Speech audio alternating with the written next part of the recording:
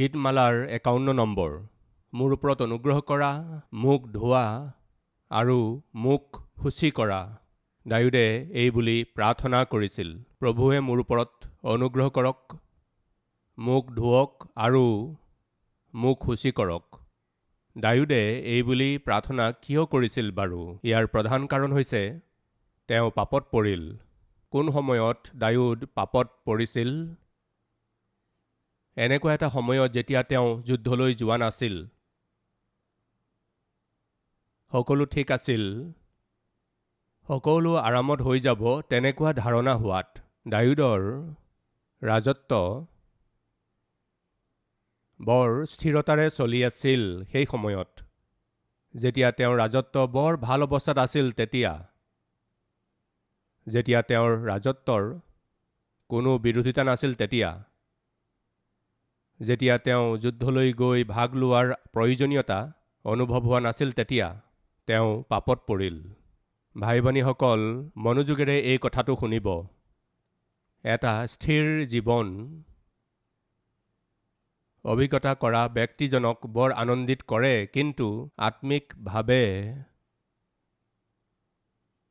যদি সাৱধান হৈ নাথাকে, সেই স্থিৰ জীৱনটোৱে আপোনাক সমস্যাত পেলাব পাৰে। সেই স্থিৰ জীৱনটোৱে আপোনাক বিপদত পেলাব পাৰে। আপুনি বুজি পাইছেনে? প্ৰত্যেকৰে এনে ইচ্ছা থাকে যেন তেওঁলোকৰ জীৱন স্থিৰ হৈ থাকে।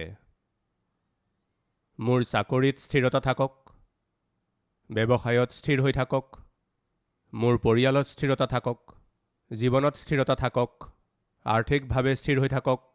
স্থিৰ হৈ থকাৰ এটা ইচ্ছা সকলো মানুহৰে থাকে। সকলো মানুহৰেই এনেকুৱা ইচ্ছা আৰু প্ৰাৰ্থনা থাকে।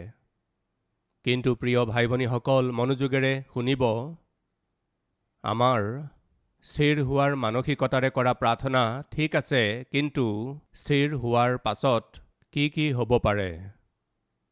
এজন ব্যক্তি যেতিয়া নিজৰ জীৱনত স্থিৰ হৈ থাকে, ক'ৰবাত নহয় ক'ৰবাত তেওঁ আত্মিকভাৱে অৱহেলা কৰিবলৈ ধৰে।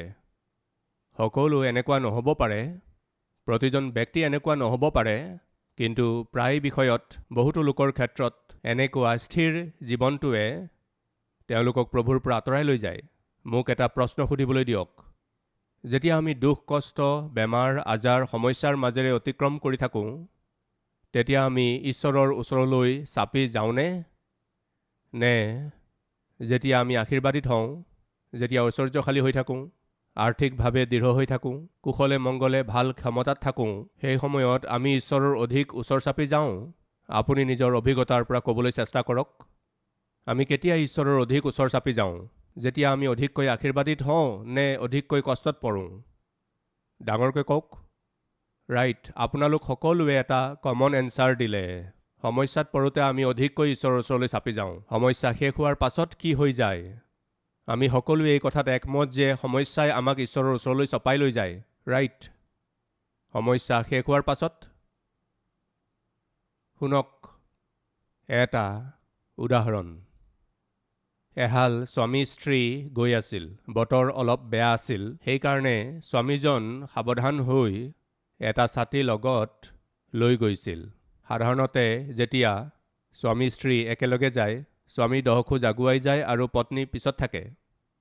পত্নীগৰাকী লগত আহি যাব বুলি ভাবি স্বামীজন আগুৱাই আগুৱাই পলাই থাকে। পত্নীয়ে কয়, মই আহি আছোঁ, অলপ লাহে লাহে যাওক।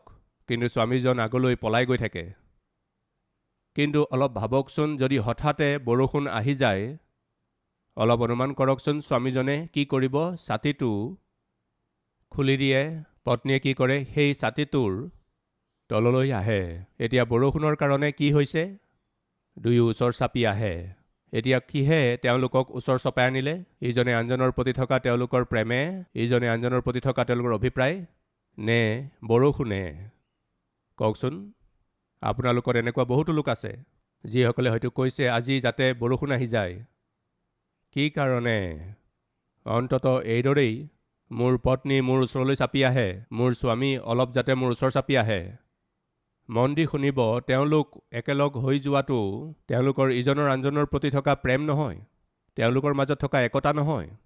তেওঁলোক একেলগ কিয় হ'ল? পৰিস্থিতিয়ে তেওঁলোকক চপাই আনিলে। বৰষুণৰ কাৰণে দুয়ো চাপি আহিল। বৰষুণ শেষ হোৱাৰ পাছত, ছাতিটো বন্ধ হোৱাৰ পাছত 10 খোজ আগুৱাই যাব স্বামীজন, পত্নী 10 খোজ পিছুৱাই যাব আকৌ। সমস্যাটো হৈছে তেওঁলোক ওচৰ চাপি অহাৰ কাৰণ ইজনৰ আনজনৰ প্ৰতি থকা প্ৰেম নহয়। তেন্তে কি আছিল পৰিস্থিতি অনুযায়ী যদি আমি ঈশ্বৰৰ ওচৰলৈ চাপি যাওঁ তেন্তে পৰিস্থিতি ভাল হোৱাৰ পাছত ঈশ্বৰৰ পৰা দূৰ হৈ যাব।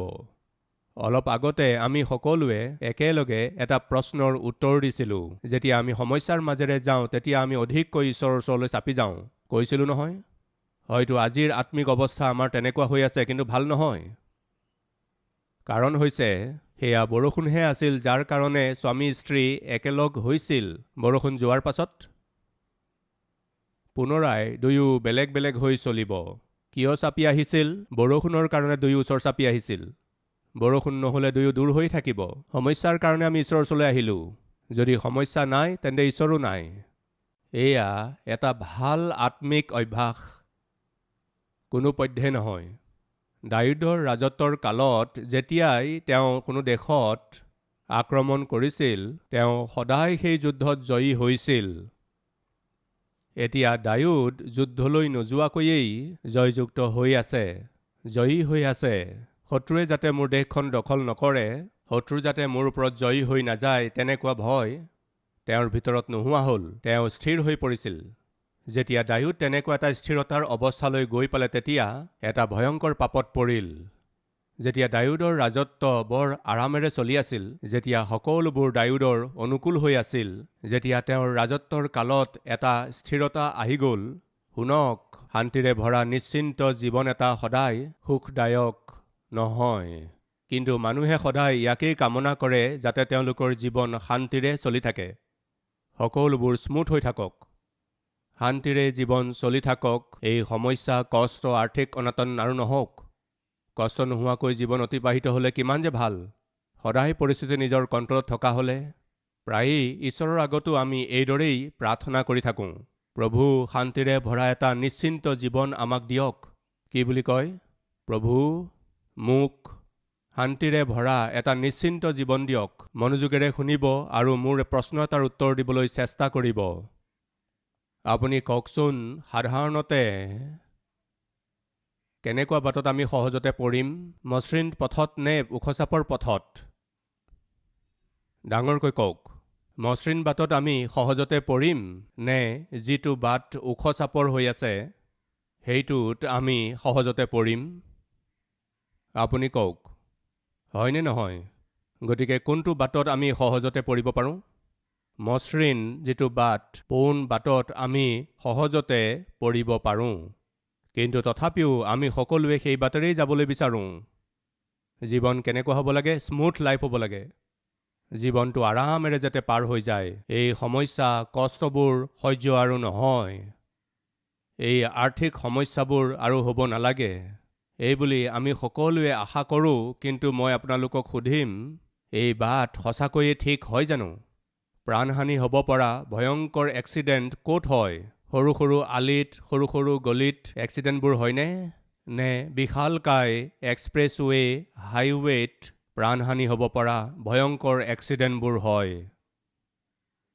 প্ৰায়েই আমি নিউজ পেপাৰবোৰত পঢ়োঁ, ORR, আউটাৰ ৰিং ৰোডত ইয়াত এক্সিডেণ্ট হ'ল, তাত এক্সিডেণ্ট হ'ল, ইয়াত এক্সিডেণ্ট হ'ল। কাৰণ কি? আলিবাটটো বৰ ওখ, মসৃণ, কোনো স্পীড ব্ৰেকাৰ নাই। সাধাৰণতে ORRত স্পীড ব্ৰেকাৰ নাথাকে, সেইকাৰণে বৰ স্মুথ, বৰ মসৃণ থাকে, কিন্তু বৰ ভয়ানকো হয়। ওখচাপৰ বাটত আপুনি বৰ সাৱধানতাৰে চলে। বাইকেৰে গ'লে বৰ সাৱধান হৈ থাকিব, কাৰেৰে গ'লেও বৰ লাহে লাহে সাৱধানতাৰে যাব। এক্সিডেণ্ট ক'ত বেছি হয়? যেতিয়া বাটটো মসৃণ হয়, ওখ থাকে। ভাই ভনীসকল, আমাৰ মাজৰ বহুতেই বিচাৰে যাতে আমাৰ জীৱন সহজতে পাৰ হৈ যায়। কোনো সমস্যা বা কষ্ট মোৰ জীৱনত নহওক। যদি মোৰ জীৱন, মোৰ পৰিয়ালটো সুস্থিৰে থাকে তেন্তে কিমান যে ভাল হ'ব। এতিয়াও সমস্যা আছে, এতিয়াও কষ্ট আছে, বেমাৰ আজাৰ এতিয়াও লাগি আছে। এই সকলোবোৰ ভাল হৈ যোৱা হ'লে এইদৰে আমি বিচাৰোঁ, কিন্তু যেতিয়া সকলো ভালে থাকিব তেতিয়া ঠিক হৈ থাকিবনে? কওক। যদি গোটেই সমস্যাবোৰ শেষ হৈ যায় তেন্তে ঠিক নহ'ব। কি ঠিক নহ'ব? আমাৰ আত্মিকতা, চাওক দ্বিতীয় বংশাৱলীৰ ২৬ অধ্যায় ৩ আৰু ৪ পদ। উজিয়াই ১৬ বছৰ বয়সত ৰজা হৈ জেৰুচালেমত ৫২ বছৰ ৰাজত্ব কৰিলে। তেওঁৰ মাক জেৰুচালেম নিবাসী জিখলিয়া আছিল। তেওঁ নিজ পিতৃ অমছিয়াৰ সকলো কাৰ্য অনুসাৰে জিহুৱাৰ দৃষ্টিত যি ন্যায় তাকে কৰিলে। মন দি শুনিব বন্ধুসকল, ১৬ বছৰ বয়সত এওঁৰ ৰাজত্ব আৰম্ভ হয় আৰু দীৰ্ঘকাললৈকে তেওঁ ৰাজত্ব কৰিলে। দায়ুদেতো কেৱল ৪০ বছৰহে ৰাজত্ব কৰিছিল, কিন্তু উজিয়াই ৫২ বছৰ কাল ৰাজত্ব কৰিলে। তেনেদৰেই মনছিয়ে ৫৫ বছৰ ৰাজত্ব কৰিলে। গতিকে বাইবেলত এনেকুৱা একো কথা নাই যে ৪০ বছৰলৈকেহে শাসনত থাকিব পাৰে, ৰাজত্ব কৰিব পাৰে। বাইবেলত তেনেকুৱা ক'তো একো লিখা নাই। গতিকে এইদৰে উজিয়াই ৫২ বছৰ ৰাজত্ব কৰিলে। বাইবেলে কৈছে উজিয়াই যেতিয়া ৰাজত্ব কৰিবলৈ আৰম্ভ কৰিছিল তেতিয়া তেওঁৰ বয়স ১৬ বছৰ আছিল আৰু তেওঁ সিদ্ধতাৰে প্ৰভুৰ সন্মুখত চলিল। ভাল কথা। বাইবেলে কৈছে তেওঁৰ দেউতাকে সিদ্ধতাৰে ঈশ্বৰৰ আগত চলিল, সেইকাৰণে উজিয়াইও সিদ্ধতাৰে চলিলে। আজি আমাৰ বিষয়েও এইদৰে ক'ব পৰা হ'লে কিমান যে ভাল আছিল। কালিলৈ কোনোবাই আপোনাৰ বিষয়ে এইদৰে সাক্ষ্য দিলে কিমান যে ভাল আছিল। আপোনাৰ ল'ৰাটোক দেখি কোনোবাই যদি কয় তেওঁৰ ল'ৰাটো কিমান যে ভদ্ৰ, নিজৰ দেউতাকৰ নিচিনাকৈ এওঁ বৰ গুণী, দেউতাকো বৰ ধাৰ্মিক আছিল, ল'ৰা ছোৱালীকেইটাইও তেওঁকেই অনুকৰণ কৰি আছে। ভাই ভনীসকল শুনিছেনে? মাক দেউতাকসকলে শুনিছেনে বাৰু?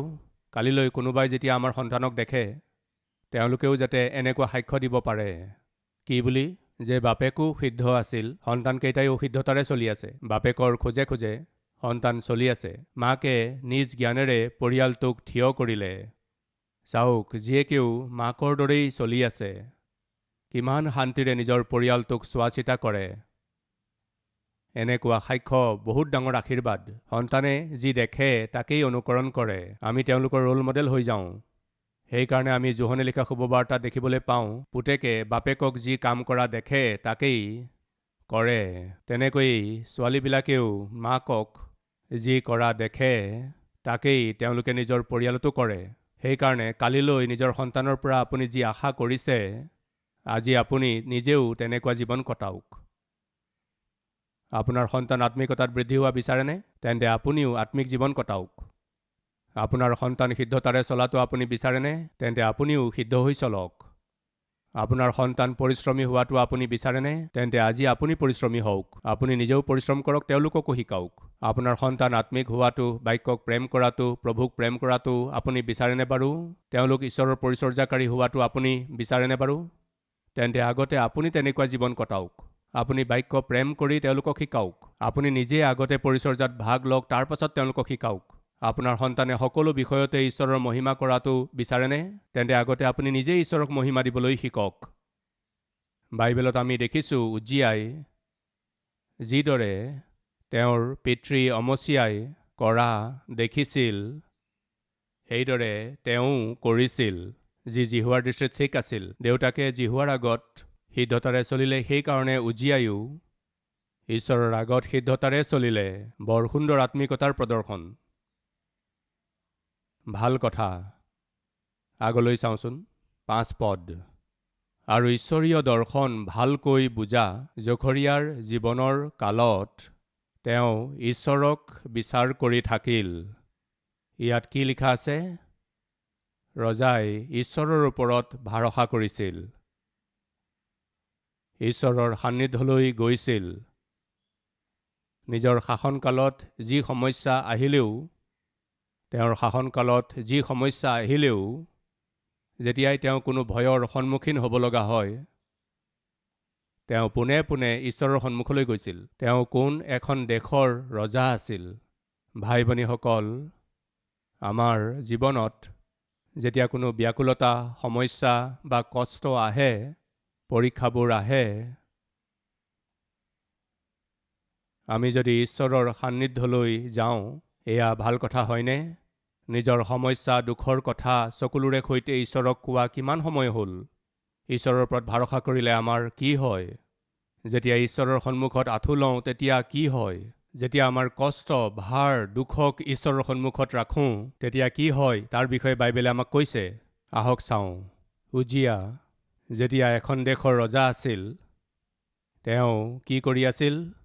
ঈশ্বৰীয় দৰ্শন ভালকৈ বুজা জখৰীয়াৰ জীৱনকালত তেওঁ ঈশ্বৰক কি লিখা আছে? বিচাৰ কৰি থাকিল। তেওঁ যিমান কাল জিহুৱাক বিচাৰ কৰিলে, সিমান কাল ঈশ্বৰে তেওঁক কৃতকাৰ্য হ'বলৈ দিলে। বৰ সুন্দৰ সাক্ষ্য। তেওঁ ঈশ্বৰত আশ্ৰয় ল'লে, ঈশ্বৰকেই তেওঁ নিজৰ আধাৰ কৰি ল'লে, তেওঁ ঈশ্বৰৰ অধীন হৈ থাকিল। সেইকাৰণে ঈশ্বৰে উজিয়াক সকলো বিষয়তে কৃতকাৰ্য হ'বলৈ দিলে, আশীৰ্বাদিত কৰিলে। ভাই ভনীসকল, আপুনি কৃতকাৰ্য হ'ব বিচাৰেনে? তেন্তে মানুহৰ ওপৰত ভৰসা নকৰিব, ইষ্ট কুটুম্বৰ ওপৰত ভৰসা নকৰিব, বন্ধুবিলাকৰ ওপৰত আপুনি নিৰ্ভৰ নকৰিব। নিজৰ হাত দুখন তেওঁলোকলৈ মেলি নিদিব। তেন্তে কাৰ আগত আপুনি হাত মেলিব লাগে? আপোনাক অধিককৈ প্ৰেম কৰোঁতা প্ৰভু যীশুৰ ফালেহে হাত মেলক। সুন্দৰ সাক্ষ্য। উজিয়াই যেতিয়ালৈকে তেওঁ ঈশ্বৰৰ ওপৰত ভৰসা কৰি থাকিল, যেতিয়ালৈকে ঈশ্বৰক ভৰসা কৰিলে, বাইবেলে কৈছে তেতিয়ালৈকে ঈশ্বৰে তেওঁক সফলতা দিলে। আগলৈ 15 পদৰ পৰা চাওক। আৰু নিপুণ লোকবিলাকে বুদ্ধিৰে কৰা যন্ত্ৰ তেওঁ জেৰুজালেমত যুগুত কৰাই, সেইবোৰেৰে কাৰ আৰু বৰ শিল মাৰিবৰ অৰ্থে গড়ৰ ওখ ঘৰবোৰৰ ওপৰত আৰু চুকৰ ওখ ঠাইবোৰত সেইবোৰ ৰাখিলে। তেওঁ আচৰিত সহায় পাই অতি শক্তিমান হোৱাতে তেওঁৰ শাসনকালত এক অদ্ভুত সহায় উজিয়াই দেখিবলৈ পালে। সেই অদ্ভুত সহায় কোনে দিলে কওকচোন? যিজন ঈশ্বৰক উজিয়াই নিজৰ আধাৰ কৰি ল'লে, সেই অদ্ভুত সহায় প্ৰদান কৰা ঈশ্বৰ তেওঁৱেই নাছিল জানো? এইদৰে অদ্ভুত সহায় তেওঁলৈ পঠোৱাৰ কাৰণে ইয়াত কি হৈ আছে? তেওঁৰ যি শাসন, তেওঁৰ ৰাজত্ব, সেয়া স্থিৰ হয়। যেতিয়ালৈকে তেওঁৰ ৰাজ্য স্থিৰ নহ'ল, তেতিয়ালৈকে এটা অদ্ভুত সহায় তেওঁ একেৰাহে পাই থাকিল, যাৰ কাৰণে তেওঁৰ যশস্যা দূৰ দেশলৈকে ব্যাপিল। প্ৰাৰ্থনাৰে আৰম্ভ কৰিলে, ঈশ্বৰত নিৰ্ভৰ কৰি তেওঁ নিজৰ ৰাজত্ব আৰম্ভ কৰিলে, আৰু এতিয়া তেওঁৰ ৰাজ্য স্থিৰ হ'ল। তেওঁৰ শাসন, তেওঁৰ ৰাজ্যৰ যশস্যা আশে পাশে থকা সকলো ৰাজ্যলৈ ব্যাপি গ'ল। তেওঁ স্থিৰ হ'ল। বৰ ভাল কথা। আজি আছে নেকি আমাৰ মাজত যিয়ে স্থিৰ হ'বলৈ ইচ্ছা কৰে? তেন্তে শুনক, স্থিৰ হোৱাটো ভাল কথা, কিন্তু স্থিৰ হোৱাৰ পাছত যি আশীৰ্বাদ আপুনি পালে তাক আধাৰ কৰি লৈ, যি সমৃদ্ধি আপুনি পালে তাক আধাৰ কৰি লৈ, যি অধিকাৰ পালে তাক আধাৰ কৰি লৈ নিজৰ আত্মিকতা হেৰুৱাই পেলায় আপুনি ঈশ্বৰৰ পৰা দূৰ হৈ যোৱাটো কিমান যে ভয়ানক কথা। আহক চাওঁ 16 পদত চাওকচোন কি লিখা আছে। কিন্তু শক্তিমান হোৱাৰ পাছত তেওঁৰ মন এনেকৈ বাঢ়িল যে তেওঁ দুষ্কৰ্ম কৰিলে, তেওঁ নিজ ঈশ্বৰ জিহুৱাৰ বিৰুদ্ধে সত্যলংঘন কৰিলে। তেওঁৰ মন এনেকৈ বাঢ়িল যে তেওঁ সত্যলংঘন কৰিলে। কি লিখা আছে? বৰ ভয়ানক। আত্মিক আছিলনে? আছিল। প্ৰাৰ্থনা কৰোঁতা আছিলনে? আছিল। ঈশ্বৰৰ সৈতে কানেকশ্যন আছিলনে? আছিল। আচৰিত কৰ্ম নিজৰ জীৱনত দেখিলেনে? বহুবাৰ দেখিলে। স্থিৰ হ'লনে? নিশ্চয় হ'ল। স্থিৰ হোৱাৰ পাছত কি হৈ আছে? তেওঁ অহংকাৰ কৰিলে আৰু সত্যলংঘন কৰিলে আৰু ঈশ্বৰৰ পৰা দূৰ হৈ গ'ল। ঈশ্বৰৰ পৰা দূৰ হ'ল। অতি দুৰ্ভাগ্যজনক। সেইকাৰণে ভাই ভনীসকল, যেতিয়া আপুনি প্ৰাৰ্থনা কৰে, হে প্ৰভু, মোৰ জীৱনৰ এই ব্যাকুলতাৰ পৰা, দুখৰ পৰা, সমস্যাৰ পৰা উলিয়াই নিয়ক, মোক স্থিৰ কৰি তোলক, মোৰ জীৱনত মোক শান্তি, দৃঢ়তা, স্থিৰতা দিয়ক, স্মুথনেছ দিয়ক, আৰামেৰে জীৱন কটাবলৈ, স্মুথেৰে জীৱন কটাবলৈ মোক অনুগ্ৰহ দিয়ক। এনেকুৱা প্ৰাৰ্থনা ভালনে বাৰু? সুধিছোঁ, ভুল বুলি নকওঁ, কিন্তু এটা কথা বাস্তৱিক, নিজৰ স্থিৰতাৰ পাছত যদি ঈশ্বৰৰ সৈতে নিজৰ কানেকশ্যন ঠিকমতে ৰাখিব নোৱাৰিলে, তেন্তে নিশ্চয় আপুনি শেষ হৈ যাব। উজিয়াৰ কি হানি হ'ল? বেমাৰৰ কাৰণে তেওঁ মৰিল। জীৱনত স্থিৰ হোৱাটো বেয়া কথা নহয়, কিন্তু স্থিৰতাৰ পাছত ঈশ্বৰৰ পৰা দূৰ হৈ যোৱাটো নিশ্চয় বিপদজনক। আহক প্ৰাৰ্থনা কৰোঁ। নিজৰ মূৰ দুৱাব।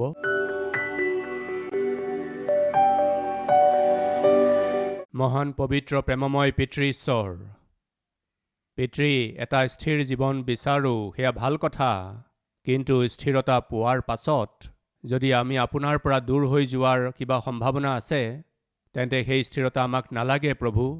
আমি আশীৰ্বাদ বিচাৰোঁ, আমি সুস্থ জীৱন বিচাৰোঁ, আৰ্থিক স্থিৰতা বিচাৰোঁ, বহুত কিবা কিবি বিচাৰোঁ, কিন্তু তাক লাভ কৰাৰ পাছত যদি আমি আপোনাৰ পৰা দূৰ হৈ যোৱাৰ কিবা সম্ভাৱনা আছে, যদি সত্যলংঘনৰ চিন্তা আমাত আছে, তেনেকুৱা জীৱন আমাক নিদিব প্ৰভু। প্ৰয়োজন পূৰণ কৰিবৰ বাবে আমি যাতে আপোনাৰ উপস্থিতিলৈ নাহোঁ, বৰং আপোনাৰ সন্তান হিচাপে আপোনাৰ আৰাধনা কৰিবলৈহে যাতে আহোঁ, আপোনাৰ উপাসনা কৰিবলৈ আহোঁ, আপোনাৰ মহিমা কৰিবলৈ আহোঁ, আপোনাক ওপৰলৈ তুলিবলৈ আহোঁ, নিজৰ দুৰ্বলতাবোৰ জানি আপোনাৰ নিচিনা হৈ যেন উঠোঁ, আপোনাৰ প্ৰেম যাতে এই সংসাৰত বিলাই যাওঁ, এনেকুৱা এটা জীৱন আমাক দিয়ক প্ৰভু। লাগিলে উজিয়াৰ অহংকাৰেই হওক, নাইবা চলোমনৰ কাম বাসনাই হওক, নাইবা দায়ুদৰ অপবিত্ৰতাই হওক, আমাৰ জীৱনলৈ যাতে নাহে, তেনেকুৱা অনুগ্ৰহ আমাক দিয়ক পিতৃ। আপোনাৰ ৰাজ্য আৰু আপোনাৰ ধাৰ্মিকতা আমি যাতে সদায় কৰি থাকোঁ, যীশুৰ নামত এই প্ৰাৰ্থনা মাগিছোঁ, আমেন।